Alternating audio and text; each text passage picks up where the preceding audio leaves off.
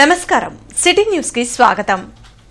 ముఖ్యమంత్రి చంద్రబాబు అధ్యక్షతన వెలగపూడి సచివాలయంలో కేబినెట్ సమావేశం జరిగింది. 38 అజెండా అంశాలపై చర్చించి పలు కీలక నిర్ణయాలు తీసుకున్నారు. ఎస్ఐపిబి, సిఆర్డీఏ అథారిటీ సమావేశంలో తీసుకున్న నిర్ణయాలకు ఆమోదం తెలిపారు. ఏపీ లాజిస్టిక్ కార్పొరేషన్ ఏర్పాటుకు గ్రీన్ సిగ్నల్ ఇచ్చింది. పలు సంస్థలకు భూ కేటాయింపులు చేస్తూ మంత్రివర్గం నిర్ణయం తీసుకుంది. ఇంటర్నెట్ చరిత్రలో సంచలనం సిటీ బ్రాడ్బ్యాండ్. ఇప్పుడు ఇంటింటికి ఇంటర్నెట్, సిటీ నుంచి గ్రామం వరకు అదే స్పీడ్. మీరు ఈ రోజే సిటీ బ్రాడ్బ్యాండ్ కుటుంబంలో చేరండి. ఆంధ్రప్రదేశ్ ఐక్య ఉపాధ్యాయ ఫెడరేషన్ 51వ రాష్ట్ర కౌన్సిల్ సమావేశాలు జనవరి 10, 11 తేదీల్లో గుంటూరులో జరగనున్నాయి. బ్రాడీపేటలోని యూటీఎఫ్ కార్యాలయంలో జరిగిన మీడియా సమావేశంలో రాష్ట్ర అధ్యక్షులు వెంకటేశ్వర్లు, మాజీ ఎమ్మెల్సీ కెఎస్ లక్ష్మణరావు మాట్లాడారు. 10వ తేదీన ఉపాధ్యాయులు మహాప్రదర్శన నిర్వహిస్తున్నామని తెలిపారు. అనంతరం జరిగే సభకు ముఖ్య నేతలు రానున్నారని చెప్పారు. రాష్ట్ర ప్రభుత్వం ఉపాధ్యాయులను అధ్యాపకేతర పనులకు ఉపయోగిస్తున్నారని ఆవేదన వ్యక్తం చేశారు. నేడు సుమారు 5 లక్షల మంది విద్యార్థులు ప్రభుత్వ పాఠశాలకు దూరమయ్యారని అన్నారు. ఇన్ సర్వీస్ ఉపాధ్యాయులకు టెట్ పరీక్ష నుంచి మినహాయింపు ఇవ్వాలని డిమాండ్ చేశారు. ప్రభుత్వ బడులను, పాఠశాలను పరిరక్షించుకునేందుకు ఈ సభలు దోహదపడతాయన్నారు. అనంతరం 51వ కౌన్సిల్ సమావేశం పోస్టర్లను ఆవిష్కరించారు. ఈ కార్యక్రమంలో కేవీఎస్ ప్రసాద్, కె శ్రీనివాసరావు, రాజశేఖర్, ఎం కళాధర్, ఎన్ అరుణకుమారి తదితరులు పాల్గొన్నారు. ఈరోజు ప్రభుత్వ విద్యారంగం మొత్తం కూడా రాష్ట్ర అవసరాలకు తగినటువంటి పౌరుల్ని తయారు చేయడం కంటే కూడా ప్రపంచ బ్యాంకు ఆదేశిత విధానాల ప్రకారం ప్రపంచ విద్యార్థిని తయారు చేయడం లక్ష్యంగా జరుగుతున్నటువంటి ఈ సంస్కరణల ఫలితం వల్ల ఈరోజు ప్రభుత్వ పాఠశాలలన్నీ కూడా బలహీనపడతా ఉన్నాయి. గత 6 సంవత్సరాల నుంచి చేసినటువంటి సంస్కరణల ఫలితంగా ఈరోజు పాఠశాలల సంఖ్య క్రమేపీ తగ్గుతూ ఉంది, ఉపాధ్యాయుల సంఖ్య తగ్గుతూ ఉంది. విద్యార్థుల సంఖ్య ఈ అకాడమిక్ ఇయర్లోనే సుమారుగా 6 లక్షల మంది విద్యార్థులు ప్రభుత్వ పాఠశాలల నుంచి బయటికి వెళ్ళినట్టుగా తెలుస్తూ ఉంది. రెండో ప్రక్క బోధనకే పరిమితం కావాల్సినటువంటి ఉపాధ్యాయుల్ని బోధనేతర కార్యక్రమాల చుట్టూ తిప్పుతూ పాఠశాలల్లో ఒక్క అక్షరం కూడా చెప్పనీయకుండా రోజువారీ ప్రపంచ బ్యాంకు లెక్కలిచ్చేటువంటి అధ్యాపకులుగా మార్చేసింది రాష్ట్ర ప్రభుత్వం. దాని ఫలితంగానే ఈరోజు ఉపాధ్యాయుల మీద, అలాగే ప్రభుత్వ విద్యారంగం మీద సమాజానికి నమ్మకం లేనటువంటి పరిస్థితులు ఏర్పడతా ఉన్నాయి. సెప్టెంబర్ 1వ తేదీన సుప్రీంకోర్టు తీర్పు చెప్పింది. ఇంతకుముందు అంటే 2010కి ముందు కూడా ఎంపికైన ఉపాధ్యాయులు కూడా టెట్ పరీక్ష క్వాలిఫై కావాలి అని చెప్పేసి, వాస్తవంగా వాళ్ళు ఎంపికైన రోజుల్లో టెట్ అనేది లేదు, టీచర్ ఎలిజిబిలిటీ టెస్ట్. ఇప్పుడు దీనివల్ల మన రాష్ట్రంలో 1,00,000 మంది ఉపాధ్యాయులు తీవ్రమైన మనోవ్యాధులు ఉన్నారు. అలాగే దేశవ్యాప్తంగా 25 లక్షల మంది ఉపాధ్యాయులు ఈ టెట్ పరీక్ష రాయాల్సినటువంటి ఇన్ సర్వీస్ ఉపాధ్యాయుల పరిస్థితి ఏర్పడింది. చిత్రం ఏంటంటే తమిళనాడు మొదలైనటువంటి ప్రభుత్వాలు సుప్రీంకోర్టులో రివ్యూ పిటిషన్ దాఖలు చేసింది, ఈ తీర్పును రివ్యూ చేయండి అని చెప్పేసి. కానీ ఆంధ్రప్రదేశ్ ప్రభుత్వం కానీ, విద్యాశాఖ కానీ, మంత్రి లోకేష్ కానీ దీని మీద ఇంతవరకు స్పందించలేదు.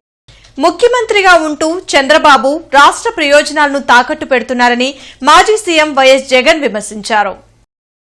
తాడేపల్లిలోని వైసీపీ కేంద్ర కార్యాలయంలో పార్టీ అధ్యక్షులు వైఎస్ జగన్ మీడియాతో మాట్లాడారు. రాయలసీమ ఎత్తిపోతల పథకంపై తెలంగాణ సీఎం చేసిన వ్యాఖ్యలు చంద్రబాబు కుట్రలను బయటపెట్టాయని అన్నారు. క్రెడిట్ చోరీకి కేరాఫ్గా కూటమి ప్రభుత్వం మారిందని ధ్వజమెత్తారు. భోగాపురం ఎయిర్పోర్టుకు చంద్రబాబు చేసింది ఏమీ లేదన్నారు. రాష్ట్రాన్ని అప్పుల ఆంధ్రప్రదేశ్గా సీఎం చంద్రబాబు మారుస్తున్నారని, పారిశ్రామికవేత్తలు ఏపీకి రావాలంటేనే భయపడుతున్నారని జగన్ వ్యాఖ్యానించారు. తెలంగాణ ముఖ్యమంత్రి గారు అసెంబ్లీలో క్లోజ్ డోర్ మీటింగ్లో తాను అడిగానని, తన మీద గౌరవంతో చంద్రబాబు గారు ప్రాజెక్టును ఆపేశారు అని ఏకంగా తెలంగాణ ముఖ్యమంత్రి తెలంగాణ నిండు అసెంబ్లీ సభలో వాళ్ళ రిలేషన్షిప్ గురించి, చంద్రబాబు నాయుడు గారు రాష్ట్రాన్ని ఎలా అమ్మకానికి పెట్టారు అన్న వాస్తవాల గురించి ఏకంగా రేవంత్ రెడ్డి గారు అన్న మాటలు. చంద్రబాబు నాయుడు గారి మనస్తత్వం ఎలా ఉంటుందనంటే క్రెడిట్ వితౌట్ కాంట్రిబ్యూషన్. ఎవడో చేస్తే క్రెడిట్ మాత్రం తాను తీసుకునే దానికి ఏమాత్రం సంకోచం లేకుండా, కళ్ళార్పకుండా అబద్ధాలు అడగలుగుతాడు. సంకోచం లేకుండా క్రెడిట్ తన ఖాతాలోకి వేసుకుని ప్రతి ప్రయత్నం చేస్తాడు. అవసరం లేని చోట 150 మీటర్ల కాల్వ తవ్వేందుకు కార్పొరేషన్ డబ్బు దుర్వినియోగం చేస్తున్నారని గోల్డెన్ హోమ్స్ సభ్యులు రాంబాబు ఆరోపణలు చేశారు. కృష్ణానగర్లోని గోల్డెన్ హోమ్స్ వద్ద కార్పొరేషన్ అధికారులు కాల్వ నిర్మాణం చేపట్టారు. దానిలో భాగంగానే ఆ ప్రాంతంలోని చెట్లు కొట్టివేసే ప్రక్రియను ప్రారంభించారు. కానీ ఆ ప్రాంతంలో నివాసం ఉండే రాంబాబు దాన్ని వ్యతిరేకించారు. 30 సంవత్సరాలుగా పెరిగిన చెట్లను కొట్టివేయడం సరికాదన్నారు. అసలు అక్కడ కాల్వ అవసరమే లేదన్నారు. పర్యావరణాన్ని పరిరక్షించాల్సిన కార్పొరేషన్ చెట్లు నరకడం ఏంటని ప్రశ్నించారు. నగర మేయర్, కమిషనర్ ఈ విషయంపై పరిశీలన చేయాలని కోరారు. ఇక్కడ కాలువ తీయాలి అని చెప్పి మున్సిపాలిటీ వాళ్ళు రావడం జరిగింది. వాళ్ళని గత 10 రోజుల క్రితమే హెచ్చరించడం జరిగింది. ఇక్కడ ఉన్న చెట్లు కొట్టొద్దు, ఇక్కడ కాలువ అవసరం లేదు అని చెప్పి చెప్పడం జరిగింది. ఈ మొత్తం 200 అడుగుల దూరం ఉన్నటువంటి ఈ సైడు 150 అడుగుల వరకు అపార్ట్మెంట్ మాత్రమే ఉంది. ఇటు చుక్క నీళ్లు రావు, అసలు కాలువ కూడా అవసరం లేదు. ఇక్కడ అవసరం లేని దగ్గర 150 మీటర్లు మున్సిపల్ డబ్బులు వేస్ట్ చేస్తూ వద్దు అంటే లేదు మేము ఈ చెట్లు కొట్టేస్తామన్నారు. 30 సంవత్సరాలు పెరిగిన చెట్టు ఈరోజు భారతదేశం కాలుష్యం అది ఇది అని చెప్పి నిన్ననే న్యూస్లో చూశాను. ఈ రకంగా 30 సంవత్సరాలు పెరిగిన చెట్టును కొట్టేస్తే కాలుష్యం పెరగక ఏం చేస్తుంది? ఇక్కడికి వచ్చిన వర్కర్లను అడిగితే మీరు పోయి కమిషనర్ గారితో మాట్లాడుకోండి అంటున్నారు. ప్రస్తుతానికి నేనైతే రిక్వెస్ట్ చేసేది ఏంటంటే ఇన్ని సంవత్సరాలు పెరిగిన చెట్లు మాత్రం దయచేసి కాలువ అవసరం లేని దగ్గర కాలువ తీసి చెట్లు కొట్టేయొద్దని మాత్రమే నేను చెప్పగలుగుతున్నాను. అమరావతి రాజధాని నిర్మాణానికి 1000 ఎకరాలు ఎందుకని మాజీ కేంద్ర మంత్రి చింతా మోహన్ ప్రశ్నించారు. గతంలోని రాజధాని నిర్మాణానికి 1000 ఎకరాలు సరిపోతాయని సిపిఎం నాయకులు రాఘవులు చెప్పారని గుర్తు చేశారు. రాడిపేటలో జరిగిన మీడియా సమావేశంలో కాంగ్రెస్ మాజీ మంత్రి చింతామోహన్ మాట్లాడారు. రాజధానిలో రైతులు ఎవరూ సంతోషంగా లేరన్నారు. మరో కర్నూలులాగా అమరావతి తయారయ్యే ప్రమాదం ఉందన్నారు. మహాత్మా జాతీయ గ్రామీణ ఉపాధి హామీ పథకం పేరు మార్చడం సరైన విధానం కాదని మోడీ పునరాలోచించుకోవాలని కోరారు. కారంచేడులో దళిత మహిళలపై అమానుషంగా దాడులు చేస్తే ఇంతవరకు దోషులకు శిక్షలు పడలేదని ఆవేదన వ్యక్తం చేశారు. దేశంలో న్యాయ వ్యవస్థ బలహీనపడుతుందేమో అని అనుమానం కలుగుతుందన్నారు. ఎస్సీ కార్పొరేషన్ కు 1000 కోట్ల బడ్జెట్ కేటాయించాలని డిమాండ్ చేశారు. మా రాఘవులు గారు, కామ్రేడ్ రాఘవులు గారు చెప్పారు మొదట్లోనే రాజధానికి 1000 ఎకరాలు చాలు అని. 35,000 అన్నారు. ఓకే, ఏదో లేని అనుకున్నాం.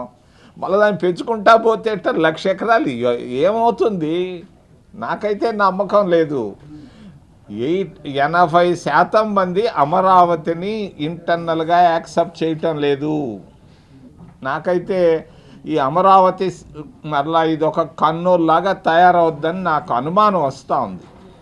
ఏదో వీళ్ళు ఫారిన్ కంపెనీలు వచ్చున్నాయంట, గుంటలు తవ్వుతున్నారంట, ప్రోగ్రెస్ ఏదో చేస్తూ ఉన్నారు, చూస్తూ ఉన్నారు. కానీ అమరావతి పైన రైతులకి ఎక్కడ అన్యాయం జరుగుతుందో అనుమానం నాకుంది. రైతులు కూడా ఏమంత బయట సంతోషంగా కనపడటం లేదు. రాజీవ్ గాంధీ నగర్లోని శ్రీ వెంకటేశ్వర పబ్లిక్ స్కూల్లో సంక్రాంతి సంబరాలు ఘనంగా నిర్వహించారు. ఈ సందర్భంగా స్కూల్ కరెస్పాండెంట్ బత్తిన మల్లికార్జునరావు మాట్లాడుతూ ప్రతి సంవత్సరం విద్యార్థులతో కలిసి సంక్రాంతి సంబరాలు నిర్వహిస్తున్నామని తెలిపారు.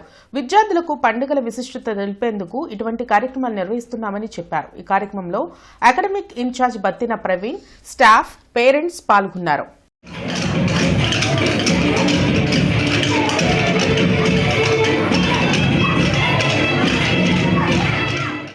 గతంలో మనకు అన్ని ఉమ్మడి ఫ్యామిలీస్ ఉండేవి, జాయింట్ ఫ్యామిలీస్ ఉండేవి. ఇప్పుడు ఆ ఉమ్మడి ఫ్యామిలీలు అనేవి పూర్తిగా కనుమరుగైపోయి అంతా జాయింట్ ఫ్యామిలీ నుంచి అందరు ఇండివిజువల్ ఫ్యామిలీకి వచ్చి ఆ ఇండివిజువల్ లైఫ్లో బతుకుతున్నారు. కానీ ఈ సంక్రాంతి పండగకి మాత్రం మన చేతి నిండా చేతికి పంట వచ్చి అందరూ చక్కగా జాయింట్ ఫ్యామిలీతో కలిపి చేసుకునేటువంటి ఈ పండగ, పెద్ద పండగని మేము చాలా చక్కగా జరుపుకుంటూ పిల్లలందరికీ కూడా సంక్రాంతి అంటే ఏంటి, భోగి అంటే ఏంటి, కనుమ అంటే ఏంటి, ఇది ఏ సంవత్సరంలో, ఏ నెలలో, ఎప్పుడు జరుపుకుంటారు. ఇంటర్నెట్ చరిత్రలో సంచలనం సిటీ బ్రాడ్బ్యాండ్. ఇప్పుడు ఇంటింటికి ఇంటర్నెట్, సిటీ నుంచి గ్రామం వరకు అదే స్పీడ్. మీరు ఈ రోజే సిటీ బ్రాడ్బ్యాండ్ కుటుంబంలో చేరండి. సంక్రాంతి సందర్భంగా రేపు జిల్లా టీడీపీ కార్యాలయంలో ముగ్గుల పోటీలు నిర్వహించనున్నారు. మహిళలు పెద్ద సంఖ్యలో ఈ పోటీల్లో పాల్గొనాలని తెలుగు మహిళా నేతలు కల్పన పంచుమర్తి, గంట మౌలిక, శివజ్యోతి, నంది సరస్వతి, ప్రమీళ తెలిపారు. పోటీల్లో పాల్గొనదలిచిన వారు జిల్లా టీడీపీ కార్యాలయంలో గాని 7075087057 నంబర్కు ఫోన్ చేసి గాని రిజిస్టర్ చేసుకోవాలన్నారు. పోటీల్లో గెలుపొందిన విజేతలకు బహుమతులు అందజేస్తామన్నారు. తెలుగు పండగల్లో అమ్మని ఆవకాయని, సంక్రాంతి పండుగని మనం మర్చిపోలేం. పంటలన్నీ మన ఇంటికి వచ్చి ప్రజలందరూ హ్యాపీగా ఉన్నారు. ఇది కూటమి ప్రభుత్వంలో ప్రజలందరూ హ్యాపీగా ఉన్నారు. ఇది మంచి ప్రభుత్వం, ఇది మా ప్రభుత్వం అని ప్రజలందరూ సంతోషంగా పండగ చేసుకోవటానికి ఒక అవకాశం మన జిల్లా తెలుగుదేశం పార్టీ ఆఫీసులో మహిళలందరూ ఇక్కడ ముగ్గుల పోటీలు నిర్వహించడం జరుగుతుంది. అందరూ దయచేసి ఇందులో పాల్గొని ఈ కార్యక్రమాన్ని విజయవంతం చేసి మహిళలకి మనం మంచిగా ప్రైజులు కూడా అరేంజ్ చేసామండి. పెద్ద టీవీ ఒకటి, అలాగే రైస్ కుక్కర్ ఒకటి, మిక్సీ, 1, 2, 3 ప్రైజెస్, పార్టిసిపెంట్స్ అందరికీ ప్రైజెస్ కూడా మేము అరేంజ్ చేసాం. మన గుంటూరు తెలుగుదేశం పార్టీ జిల్లా ఆఫీసులో ముగ్గుల పండగ అనేది ముగ్గుల పోటీ ద్వారా జరపడం జరుగుతుంది. సో దీనికి పార్టిసిపేట్ చేయాలంటే చాలా సింపుల్ అండి. మనకేమీ లేదు, టీవీ మీద స్క్రోల్ అవుతూ ఉంటుంది నెంబరు. ఆ నెంబర్కి ఫోన్ చేసి మీరు రేపు మార్నింగ్ లోపు రిజిస్టర్ చేసుకోవాల్సి ఉంటుంది. రిజిస్టర్ చేసుకున్న ప్రతి ఒక్కరికి కూడా పార్టిసిపేషన్ గిఫ్ట్ అనేది ఉంటుంది. అండ్ ప్లస్ ఫస్ట్ 3 ప్రైజెస్ వాళ్ళకి మంచి గిఫ్ట్స్ ఉన్నాయి. అండ్ పార్టిసిపేట్ చేసే వాళ్ళు ప్రతి ఒక్కళ్ళు కూడా వాళ్ళ మెటీరియల్ అనేది వాళ్ళే క్యారీ చేసుకోవాల్సి ఉంటుంది. సో అందరం కలిసి మన ఈ సంక్రాంతి సంబరాలని విజయవంతంగా రంగురంగుల ముగ్గులతో, పట్టు చీరలతో, అన్ని కళలు మన గుంటూరులో రేపే కనిపించేలాగా అందరం. ఈ వార్తలు ఇంతటితో సమాప్తం. నమస్కారం.